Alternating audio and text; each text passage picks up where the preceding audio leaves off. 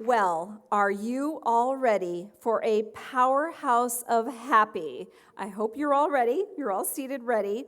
We are so excited to introduce our keynote speaker for today, Jane M. Powers. As you know, our theme today is Happy Travel, Happy Life. So consider Jane, our tourism director this morning, to guide and promote us personally and professionally with the 3 secrets of being happy despite everything else. Jane is a straight-talking, success-generating, big-hearted speaker and coach. Jane helps people speak with confidence and sell with authority. Using her own Speak, Sell, Soar system, she has created 2 multi-million-dollar businesses and now helps others create sustainable success and happiness. Bringing power to your tourism message and money to your business. Help me welcome Jane M. Powers.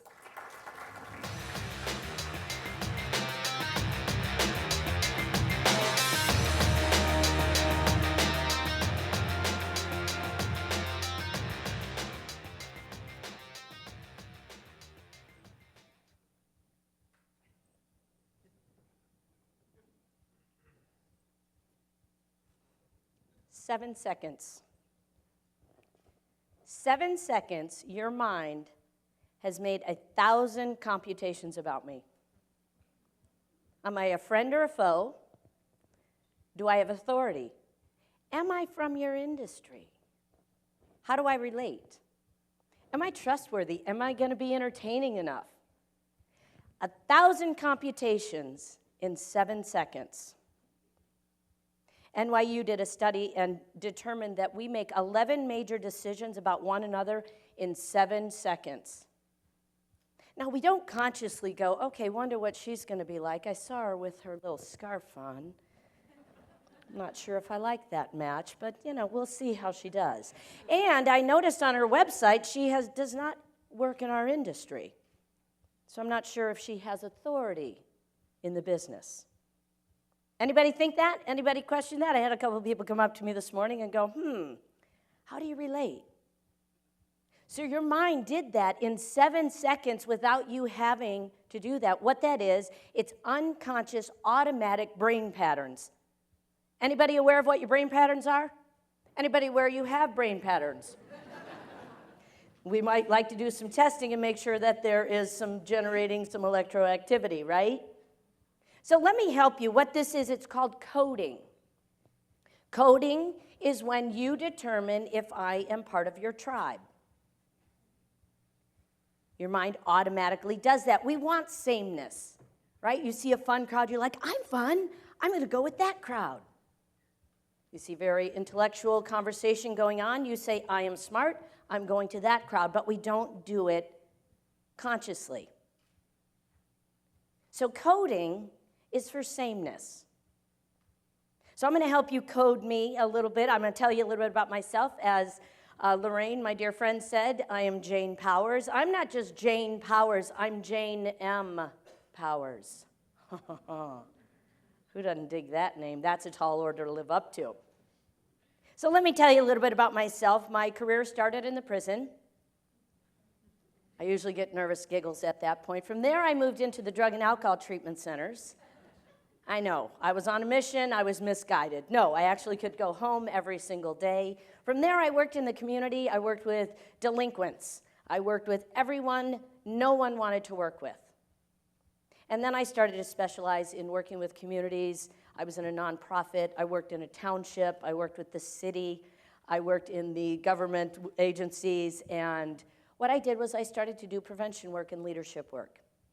And I became a specialist in working with survivors of sexual abuse. So I was part of the prevention and intervention movement to stop the madness, I called it. From there, I decided to go into corporate America. In corporate America, what did I find? I found I was working with adult delinquents. Anybody understand where I'm coming from with that? Yeah, we're all like, I got one right next to me here. I work every day with that one. So from there, long story short, I went into real estate. I have probably sold many of you a house here in the West Valley. This was my area of expertise, was the West Valley. some in the central Phoenix area, but the majority of my work was out in the West Valley. And as a realtor, I started before the business got hot and heavy, and I was doing good because I mastered the art of my thinking. I understood that the way I thought determined how much time I could go out and play. I knew that if I can get my work done, I can get stuff going, I can go out and play basketball, ice hockey, and do my mountain biking every chance I get. So I determined I'm going to figure out how to make success happen for me instead of letting my conditions outside of me happen. So real estate, right? Do you guys remember what happened in the market not too long ago? I remember like it was yesterday. I was flying high in the market, and then the economy took a dive, and the wave fell out from under me. Anybody experienced that? I'm guessing in the tourism business, you might have had the same effect. What happens when that sets up a pattern in our mind? So let me start with, I've got good news and I've got bad news. The good news is the way you think determines your life and success. Good news, right? Do you want to know the bad news? Anybody, yell it out. This is a quiet group in the morning, but yell her on out. The bad news is the way you think determines your life. Exactly. So let's talk about how do we change that? The best way I can give you an example. So I'm going to tell you a story. There's these three farm salesmen, right? They're out, they're selling farm equipment. They're in the Midwest. One of them is a Jewish guy, one is a Hindu, and one is a practicing negativist. Nothing's going right. Nothing ever happens. He doesn't want to be out in the farmland. Everything is just not working well. So they're the two guys, the other guys are like, man, we are so done. We got to get back to the airport. So come Friday, they drive to the airport. They're driving on their way there about 2 hours outside. Car breaks down. The negativist said, see, nothing right ever goes. Nothing happens. Always the other shoe always drops, right? So they see a farmhouse. They go up to the farmhouse. So they knock on the door, and they said, listen, we really, really, really, really got to get to the airport. We want to get home. And the farmer said, it's 5:15 and that town rolls up. Nobody will be there to help you get down to that airport and fix your car. But why don't you come in, have some dinner, bed down for the night. I've got 2 bunks in here. I got 1 out in the barn. Why don't you guys stay the night? And the 2 other guys are like, this is great. Thank you so much. And the negativist is saying, see, things always go bad, and I really, really wanted to get home, and this just isn't working out. So they go in. They have some dinner. They go to bed down. 2 guys go in, and the Hindu goes out to the barn to bed down. About 30 minutes later, there's a knock, knock, knock on the door. The negativist is like, I'm never going to get any sleep. Well, they get up. They go to the door, and it's the Hindu. And he said, I'm really, really sorry, but there's a cow in the barn, and in my culture, that just is sacred. I cannot sleep in the barn. And the Jewish guy says, no worries. I'll go out. I'll stay in the barn. So he goes out to the barn. Everybody beds down. About 30 minutes later, there's a knock, knock, knock on the door. They get up. The negativist is complaining and moaning and groaning. They get to the door. It's a Jewish guy. And he said, guys, I am so sorry. There's a pig in the barn. And in my culture, those are unclean, and I cannot stay in the barn. And the negativist said, you know what? I'm not going to get any sleep anyway. I'll go sleep in the barn. So he goes out to the barn. What happens? 30 minutes later, there's a knock, knock, knock on the door.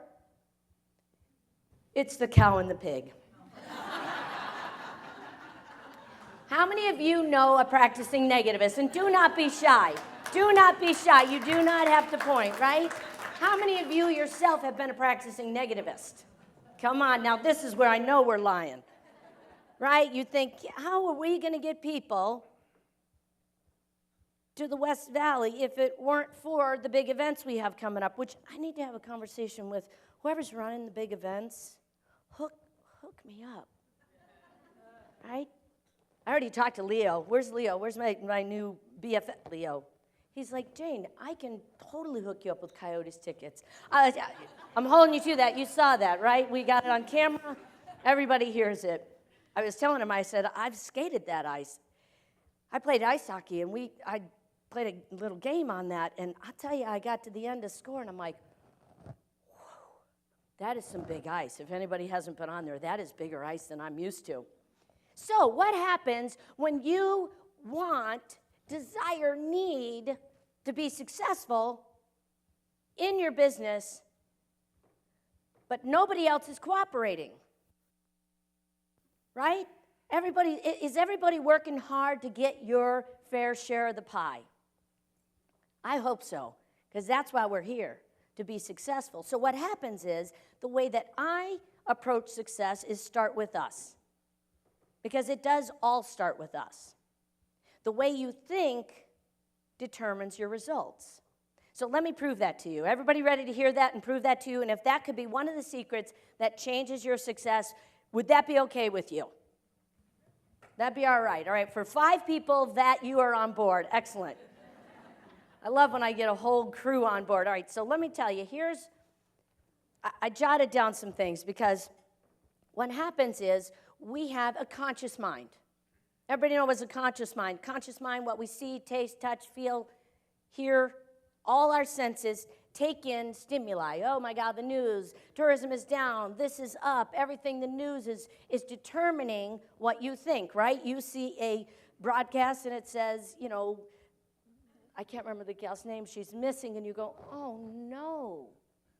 And it changes the way you feel, right? Or you see when we had all the flooding, we said, oh no. We get a reaction to that. That's our conscious mind. And our conscious mind has the decision-making power.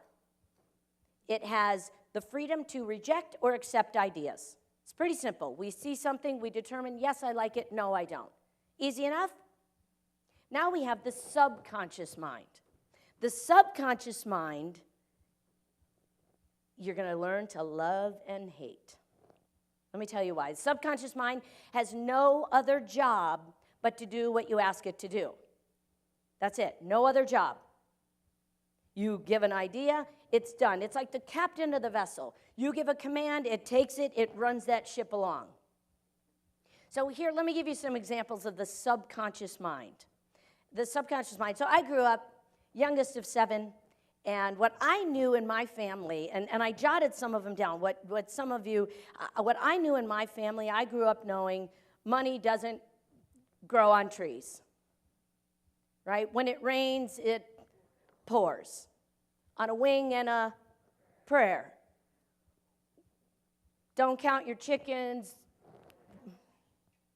Now, I know 7 kids is a lot of people, but I didn't see any of you when I grew up. How did you know those same sayings?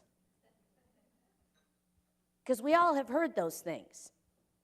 The subconscious mind stores every single thing that you've done, said, been told about you, or what has been told to you.